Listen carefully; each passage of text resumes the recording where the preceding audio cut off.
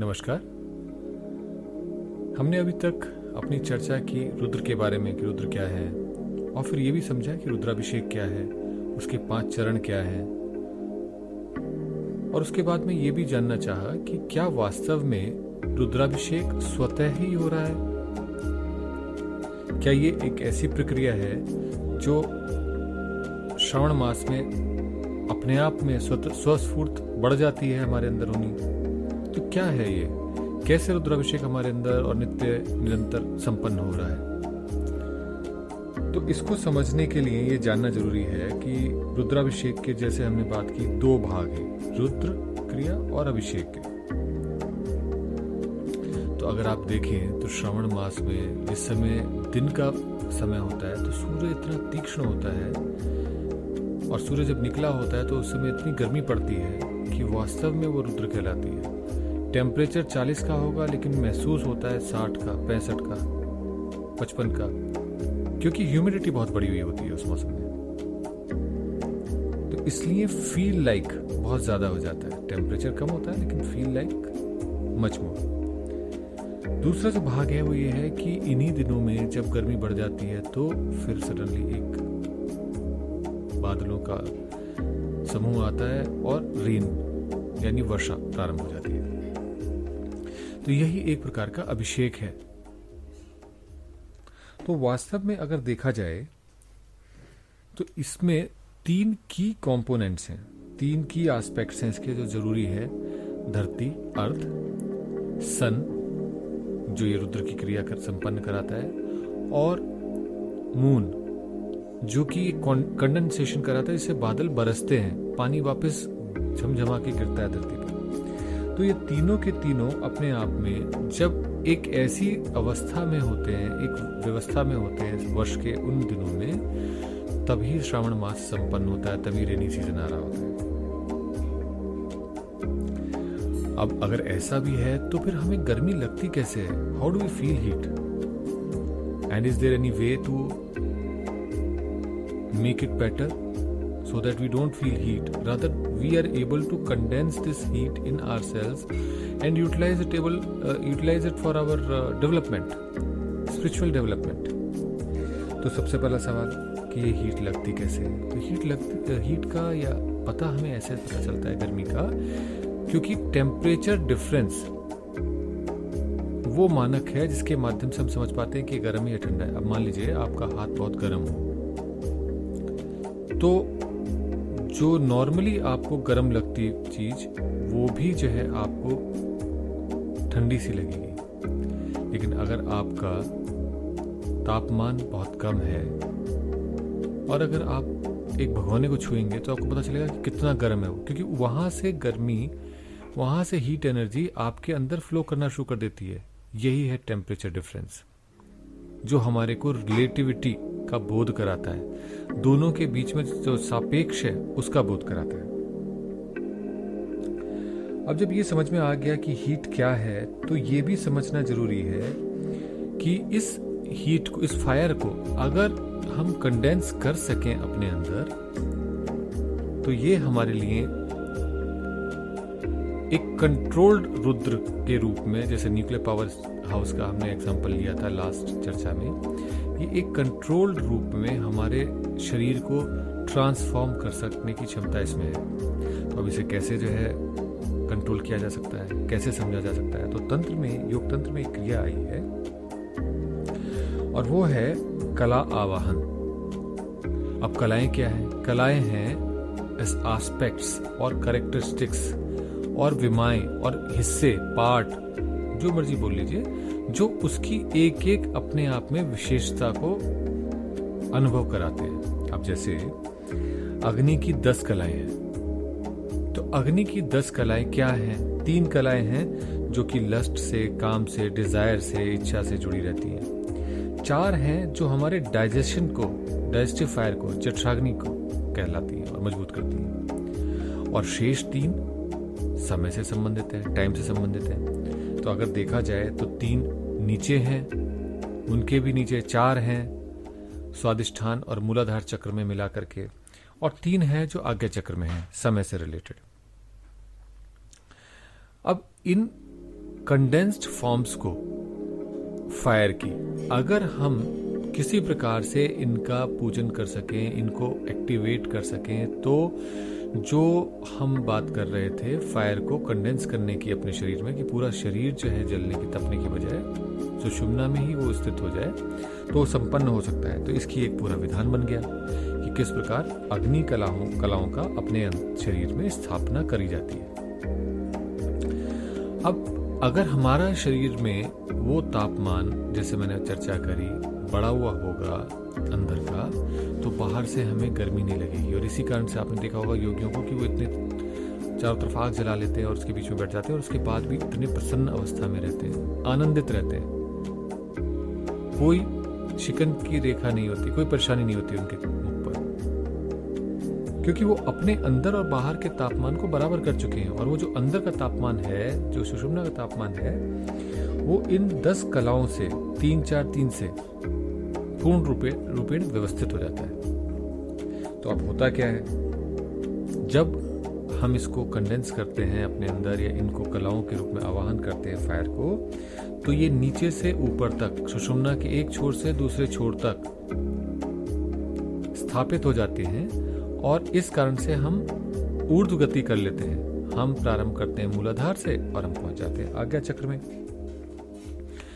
अब ये भी अत्यंत गहन रहस्य के विषय है कि अगर हम स्वतः ही फायर कलाओं को स्थापित करने से ऊर्ध्व गति कर लेते हैं, तो ये क्या है, आपने साधारणतः देखा ही होगा कि कहीं पर भी आपकी कैंडल जल रही है या गैस का चूल्हा जल रहा है या हवन कुंड का में अग्नि प्रज्वलित हो रही है, तो उसके ऊपर जो कुछ भी आप देखेंगे, जो वायु में कागज भी अगर आप डालेंगे या कुछ भी चीज लेके आएंगे, तो वो ऊपर की ओर उठती है, क्योंकि हल्की होकर के हवा गर्म होने के बाद ऊपर की ओर उठती है। तो ऐसे ही ये स्वतः ही क्रिया हो रही है, प्रयास की आवश्यकता नहीं है। आज हमारा विषय स्वतः होती हुई इन क्रियाओं को समझने का है, तो इसे बस हमें समझना है, इसे जानना है।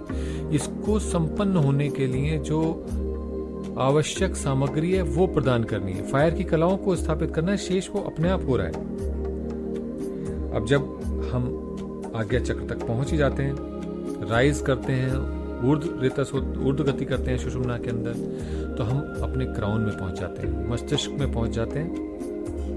और ये जो फायर की कलाएं हैं, ये ही वहां पर इग्निशन टेम्परेचर प्रदान करती हैं, जिसके स्पार्क के माध्यम से क्राउन अपने आप में जागृत हो जाता है, झंकृत हो जाता है। और उसमें से जो स्नो है, जो बर्फ है, जिसकी वजह से वो जमा पड़ा हुआ था, वो पिघलने लग जाती है, जो चंद्र कलाओं की वजह से इस जमी हुई बर्फ को अमृत में कन्वर्ट कर देता है।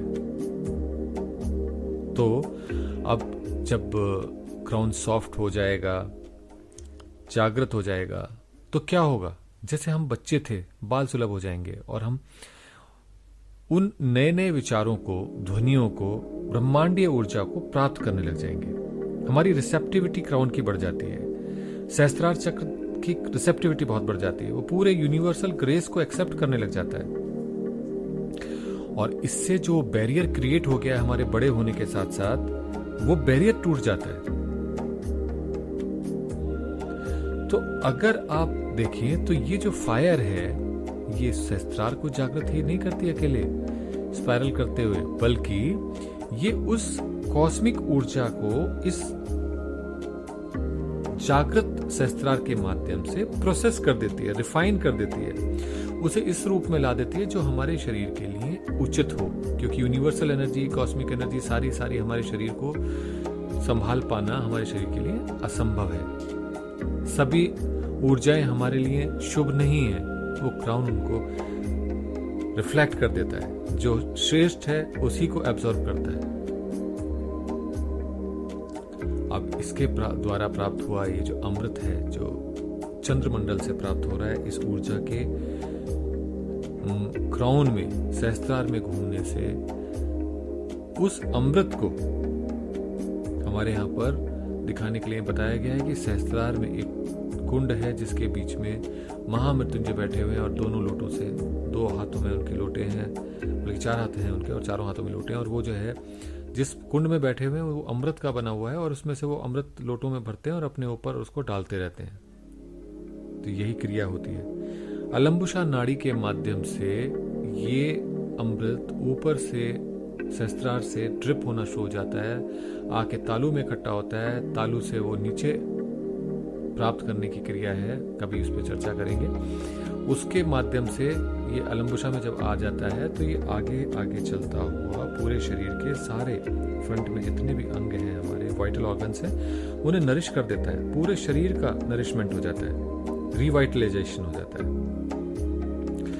अब इसको आप देखो तो ये बिल्कुल रेन के साथ में मैच करता है, रेन के जैसा ही होता जाता है। जैसे जैसे रेन होती है उसके साथ साथ ये बढ़ता है। तो रेनी सीजन में इस अमृतीकरण की क्रिया के होने की संभावना अत्यधिक बढ़ जाती है। अब ये भी समझ लेते हैं, जब रेन्स आती हैं तो पानी की बूंदें वातावरण में जब गिरती हैं तो वो हवा से टकरा करके एक फ्रिक्शन जो पैदा होता है उनके बीच में, उसके कारण नेगेटिव आयंस क्रिएट करती हैं, वातावरण को साफ कर देती हैं, पॉल्यूटेंट्स उससे सेटल हो जाते हैं, गिर जाते हैं और उसके बाद में धरती पे गिर जाते हैं। और उसके अलावा जो है नेगेटिव आयंस को, नेगेटिव चार्ज को क्रिएट करती हैं। अब यही तो फ्रेशन अप करते हैं हमें नेगेटिव आयंस। आप किसी समुद्र किनारे जाके देखिए, नदी के किनारे जाके देखिए, जंगल में जाके देखिए, सवेरे सवेरे वो जो नेगेटिव आयंस वहां पे बहुत सारे हैं, इसी वजह से हमें बहुत फ्रेश सा महसूस होता है। और दूसरा काम जो होता है वो ये है कि जब ये पानी की बूंदें टप टप करके गिरती हैं पृथ्वी की सतह पर, तो ये एक ऐसा आनंददायक म्यूजिक, संगीत उत्पन्न करती हैं जिसके कारण से हमारी ब्रेन वेव्स अपनी फ्रीक्वेंसी को कम कर देती है, यानी हम अल्फा स्टेट में आ जाते हैं। और जैसे ही हम अल्फा स्टेट में आते हैं तो एक रिलैक्सेशन घटित होता है, बड़ा आराम मिलता है, ऐसा लगता है जैसे सारे तनाव समाप्त हो चुके हैं। तो अगर आप देखें तो ये दोनों चीजें हमारे अंतःकरण में चेतना के जागृत होने और उसके विकास के लिए, संवेदनशीलता के लिए आवश्यक है। तीसरा काम जो सबसे जरूरी है, जो रेन्स के टाइम पर होता है, वो ये है कि पानी जब गिरता है तो वो पानी नीचे से जमीन से टकरा के भाप भी बनता है और ह्यूमिडिटी इंक्रीज हो जाती है, आर्द्रता बढ़ जाती है। अब ये आर्द्रता और कुछ नहीं, इसके कारण से जो एटमॉस्फेरिक ऑक्सीजन कंटेंट था वो रिड्यूस हो जाता है।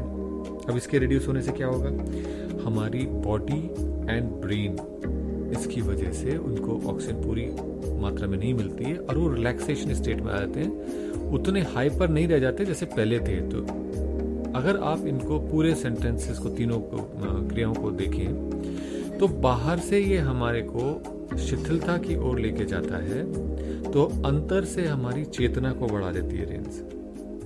अब अगर इसको समझ करके आप अगली बार जब बारिश बरसे, जब वर्षा ऋतु में बारिश बरसे या फिर अभी श्रावण में जो दिन बचे हैं जिसमें रेन्स आए, तो इसको अगर आप बैठ करके खिड़की पर या अपने ऐसे कमरे में जहां से आप रेन्स को महसूस कर सकते हो, समझ सकते हो, अनुभव कर सकते हो, तो आपको ये सारी चीजें अनुभव होती महसूस होंगी कि हाँ ये तो हो रहा है, शरीर शीतल पड़ रहा है, अंदर से जो है चेतना बढ़ रही है।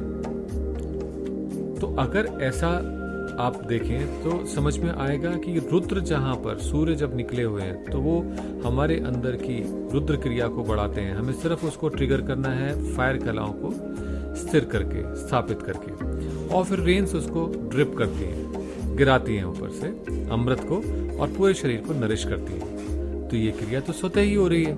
तो हमारा प्रयास कहाँ है? हमारा सिर्फ प्रयास रहेगा कि इस क्रिया को होते हुए हम इसे रोकें नहीं, और इसको अगर फ्यूल करना चाहते हैं, एम्पलीफाई करना चाहते हैं, तो वो क्रियाएं करें जो इसको एम्पलीफाई करने में मदद करें। तो वास्तव में हमें कुछ करना नहीं है, ये ज्ञान की क्रिया है, स्वयं सिद्ध है, आप इसको सिर्फ अनुभव करें, ये स्वतः ही हो रही है और इसका आनंद लें। लेकिन अगर आप इसको एम्पलीफाई करना चाहते हैं तो उसका भी सरल उपाय है।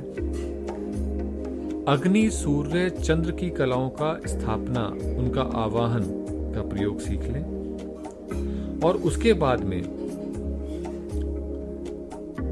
अग्नि की इन कलाओं के माध्यम से सुषुम्ना में अपने आप को ऊर्ध्व गति करता हुआ अनुभव करें, जिससे आप क्राउन में पहुंच जाएं।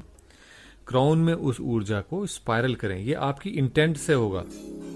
योग तंत्र में बहुत सारी क्रियाएं मंत्र से भी हैं और योगिक क्रियाएं भी हैं उसमें। तो ये स्पाइरल जब होता है तो इसके माध्यम से कॉस्मिक एनर्जी को वो सक करना शुरू कर देता है, पुल करना शुरू कर देता है, और उसी को ही क्राउन अपने से फिल्टर करके रिफ्लेक्ट बैक करता है या फिर उसको एक्सेप्ट करता है और उसको ड्रिप करना शुरू कर देता है। ये जो ड्रिपिंग डाउन है, इसी को हम अपनी खींचरी मुद्रा के माध्यम से अपने अंदर खींच लेते हैं और उसके माध्यम से पूरे शरीर का नरिशमेंट कर देते हैं, रिजुविनेट कर देते हैं। तो ये एक क्रिया है जो एम्पलीफाई करने के काम आ सकती है, लेकिन इसका अर्थ ये नहीं कि रुद्राभिषेक स्वतः नहीं हो रहा है, वो तो अपने आप ही हो रहा है। आप उसकी इंटेंसिटी को बढ़ाने के लिए इन प्रयोगों को कर सकते हैं, अदरवाइज उसको अनुभव करें, उसको समझें, उसमें बैठ करके देखें तो आपको समझ में आना शुरू हो जाएगा कि हाँ वास्तव में ये हो रहा है। उस फायर को सुषुम्ना में एकत्रित करें, उस रेन को क्राउन से ड्रिप होने दें। पूरे टाइम आप देखेंगे कि इस प्रकार से अपने आप ही स्वतः कभी जो है रुद्र की क्रिया से ऊर्जा एकत्रित होती है, फिर वो इकट्ठा होकर कंडेंस होती है, फिर वो बारिश हो जाती है। ये क्रिया हमारे अंदर भी चल रही है और बाहर भी चल रही है। इस प्रकार से प्राकृतिक रुद्राभिषेक होता रहता है। अब हमारे पास अगला प्रश्न है कि अगर ये रुद्राभिषेक होता ही रहता है तो हमने तो जो रुद्राभिषेक करा था, हमने जो पूजन करते हैं शिव का, उसके अंदर जो है जल चढ़ाते हैं, तो ये भी समझना जरूरी है कि पंचाक्षरी क्या है। और दूसरी चीज जो समझनी जरूरी है वो ये है कि क्राउन में जो त्रिकाल अग्नि है या कालाग्नि है, फायर की 3 कलाएं हैं, ये किस प्रकार से काल और महाकाल की अवस्था को हमें उपलब्ध करा सकती हैं। तो इसके लिए हम अगली बार चर्चा करेंगे। आज के लिए इतना ही। आप सभी में उस शिवत्व को मेरा प्रणाम। नमस्कार।